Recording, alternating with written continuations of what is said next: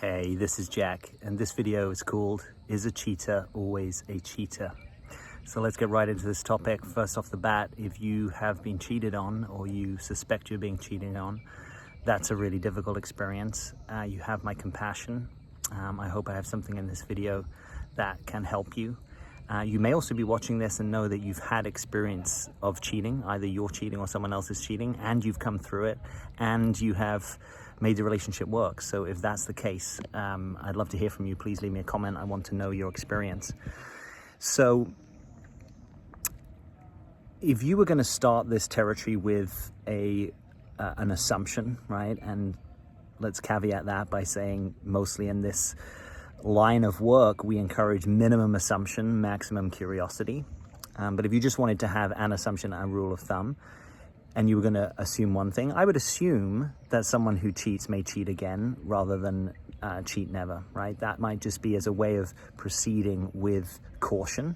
That might be a concretized rule. That said, I'm much more a fan of your intuition, your own guidance to yourself, the specifics of the circumstances that you're in, rather than just living life by rules of thumb or concretized rules, right? Generally, we get closer to life, we get better information, we get more intimacy with ourselves and other people when we look at the actual contours of life in front of us, rather than just try and live by a kind of standardized rule book. I also want to say fairly quick off the bat here that I know couples who have experienced cheating and have come through it and are stronger for it, right? So that is definitely a possibility. So the real question becomes, if there has been cheating, is someone willing to change their ways, right? Is there a transformation that's possible? Let's look at something in a very different instance, but to give us sort of a way into this without it being quite so perhaps close to this topic of dating and cheating, if you're experiencing that. You know, is a criminal always a criminal, right? So there might be people who are career criminals, right? But that's generally going to be what they're going to do. And there's also going to be a lot of people who made a mistake, screwed up, were in the wrong place with the wrong crowd, were at a low point in their life, needed to steal something. You know, there's a whole list of reasons. And there are people who have transformation, right? There are people who go to prison and have transformation and who then mentor people and lead very different lives, right? So there's the difference being that someone is willing to transform, right? Or maybe their circumstances also transformed around them. So if you are in the situation where someone has cheated on you, what you need to be clear is there some kind of substantive shift, right? And the first step in that is likely to be taking responsibility for what's happened, right? Showing some remorse, caring about what's happened, caring about the impact on you, realizing that there is going to be a process and some time, and it's not a certain journey to regaining your trust, right? Taking that regaining of your trust seriously and working hard to re-earn that.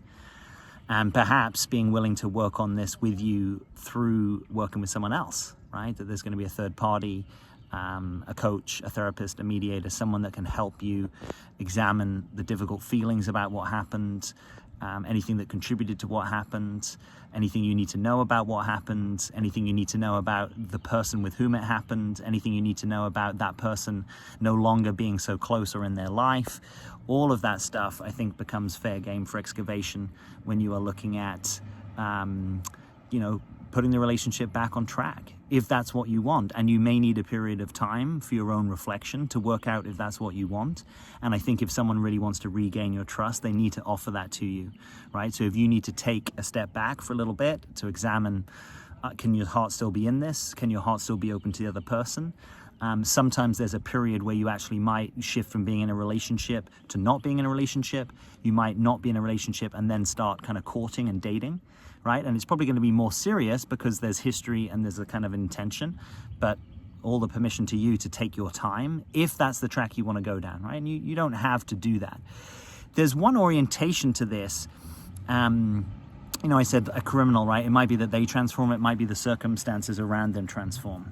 So where the circumstances around cheating can transform is if you actually orient to it from the perspective of the relationship. Now, I'm not saying that this is right for your situation, but this might be something that you could just try and emphasize in case it is, right? So rather than you cheated, what about if for a moment we're just in the orientation that we cheated or we had some cheating, right? So we're gonna use the relationship as one. It doesn't need to be the only. There needs to be some responsibility over there, but there could also be some responsibility over here in the relationship, right? Is there some way that one or both of you have been checked out from the relationship, right? Has there been a growing lack of intimacy and you've not been able to address that, right? Maybe you haven't put the effort in, or maybe you've put the effort in but it hasn't borne fruit, right? But you could kind of acknowledge that there's been something lacking with the relationship for a long enough period of time that maybe it opened the door more to there being some infidelity because there were core needs that weren't being met in the relationship, right? So none of this is about making yourself wrong or cutting the other person too much slack, but it's another perspective to be in, right? And if you really want to build a future with this person, or you want to regain some trust or regain a relationship with them, you might have to lean at some point into this perspective, right? Just to say, actually, I care enough about this that, like, is there any perspective, where did we go wrong? Generally, it's not always the case, but generally cheating doesn't happen when a relationship is going well, right? When people's needs are being met, where there's a good level of emotional and physical intimacy, where we can rely upon each other, where we're building a life together. You know, generally, they're not the situations where people go and, you know, have infidelity or have affairs, right? There's one perspective. Esther Perel outlines this perspective really well. Check out her channel if you haven't. Where, you know, she talks about what is the part of people that comes forth in having an affair. It's normally the part of them that has been deadened or silenced or not welcome in the relationship. Now, that's not an excuse to go out and just have infidelity, but it is sometimes a causative reason, right? And it is something that we might be able to fix and address in the relationship, and we may even be able to have a safety valve going forward in the relationship, right? Where perhaps once a month we go for a date and we just talk about how we're doing in the relationship and what's going on in our intimacy, and do we feel connected regularly enough, or is there more that we want to do to feel more connected? Are there things that are difficult to say that aren't being said, right? So that's sometimes another reason for emotional and or physical infidelity, is where there are certain things that just can't be brought into the relationship, right? Like there's a part of the other person that is no longer welcome in the relationship, or there's a part of their life that's not welcome in the relationship, or there's a part of their way of being, right? If someone has an authentic way of being that isn't welcome in the relationship, over time, that might be a causative impact in the direction of infidelity, right? That's not to say it necessarily causes it. It's just, it could be a contributing factor, right? So this is being willing to bring a bit more curiosity to kind of what are the mix of conditions in the relationship from which this thing arose, because ultimately the more we can both be stewards of that in the relationship, and you know, it might be that it's 80% of the work is over there, right? You're with a guy and he's cheated, right? So maybe he's got to do more of the lifting. But by your being willing to be curious if there's any lifting on your side of the fence, it might make you a better team going forward, right? So the other thing I want to say about this is time can be your friend, right? And in some ways, when you're asking the question, is a cheater always a cheater, you're not really interested so much in the generalized answer. You're actually interested, is this person I want to be in connection, a relationship with, is this person going to cheat on me again? So you could set up, and maybe you already had this, but you could set up some conditions for, hey, if you notice that you have a wandering eye, right? Or you have attraction outside the relationship that's more than just passing someone in the street and thinking, oh, that person's attractive or hot. But if you have a connection with someone that you are significantly attracted to, right? A coworker, a colleague, a friend of a friend, someone that, you know, serves you every day in the supermarket. I want to know about it, right? I want to know about it. I want to be really explicit with you that I want to know about it sooner than later. So if there's a chance that you think I'd want to know about this, I want you to actually tell me about it, right? So we can actually create a container between us. So it's okay that occasionally we're going to have attractions to other people, right? Maybe that is for some people just a reality of being a human moving in the world.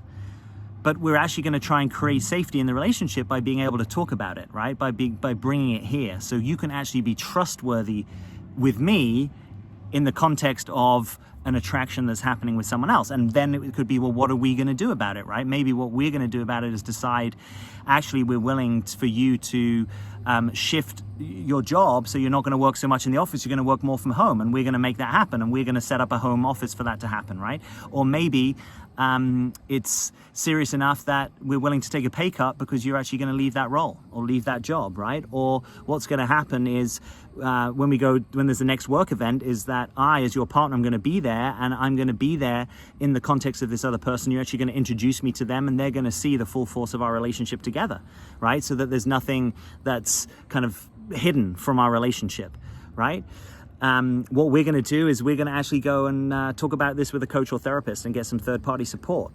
So there are lots of ways that you can deal with the beginnings of what could ultimately be stepping in that direction of someone cheating, by actually including more in the relationship and using the relationship as a safety container against those kind of threats. Over time, all relationships will have some kind of threats, whether it's economic difficulties with children, attractions to other people, the mundaneness of life, so actually as a couple, we might be able to do some things to militate against those threats as they come up, or at least have a shared reality between us. Hey, there's something here. Now, the other side of that is that you might want to create a context with a partner that you're both okay to check out with the other person, like, hey, I'm a little concerned about the way that Susan looks at you, right? Now, it could be that that's 100% my stuff and I'm projecting it, but maybe it's not 100% my stuff. And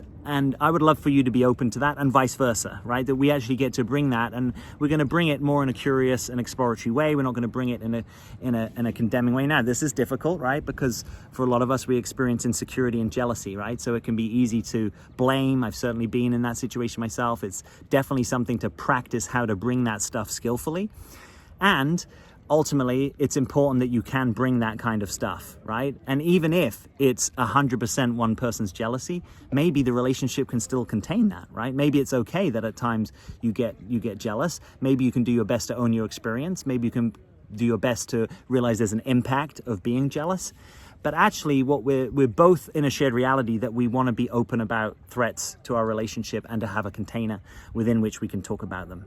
So I would love to know, what is your experience? Is any of this making sense to you? Please leave me a comment beneath this video. I'm sorry if you've had to go through the hard experience of cheating, if it's left you worse for wear, if it's left it hard for you to want to relate ongoingly, whether that person or with someone else. So I would love to know your experience. If you've tried any of the things that I've talked about in this video, or if you tried something else and that's worked for you, again, leave me something in the comments here.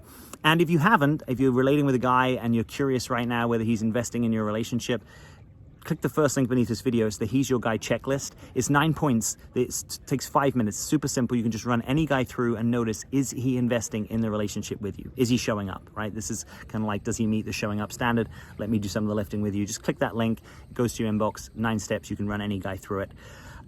Please leave me a comment, subscribe to the channel. We'd love to have you with us on an ongoing basis. I release videos every week on dating, relating, personal growth, authenticity, and other topics. This is an awesome community. Tap that bell notification so you hear of new videos as soon as they come out. And as always, I'm Jack. Thanks for being here.